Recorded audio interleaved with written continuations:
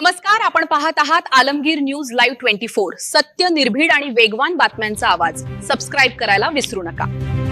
पाथर्डीत PSI Sahebrao Chavan यांचा समनक जनता पार्टीतर्फे भव्य सत्कार।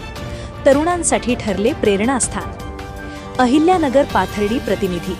पाथर्डी पोलीस स्टेशन येथे पीएसआय पदावर निवड झाल्याबद्दल श्री साहेबराव चव्हाण यांचा समनक जनता पार्टीतर्फे उत्साहात भव्य सत्कार करण्यात आला।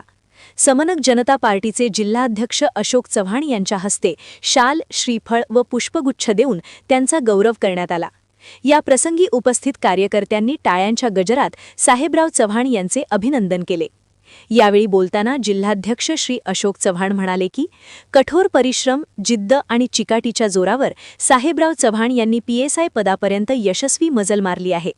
त्यांचे हे यश पाथर्डी तालुक्यासह संपूर्ण जिल्ह्यासाठी अभिमानाची बाब आहे।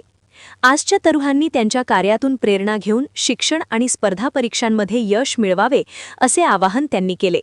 पुढे ते म्हणाले की समनक जनता पार्टी ही समाजातील होतकरू युवकांना प्रोत्साहन देणारी संघटना असून समाजातील कर्तृत्ववान व्यक्तींचा सन्मान करणं हे आमचे कर्तव्य आहे।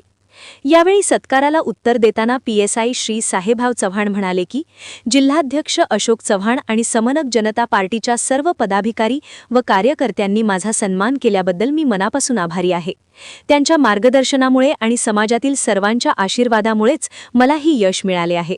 पुढील काळात पोलीस अधिकारी म्हणून प्रामाणिकपणे व निष्ठेने जनतेची सेवा करण्याचा मी प्रयत्न करणार आहे।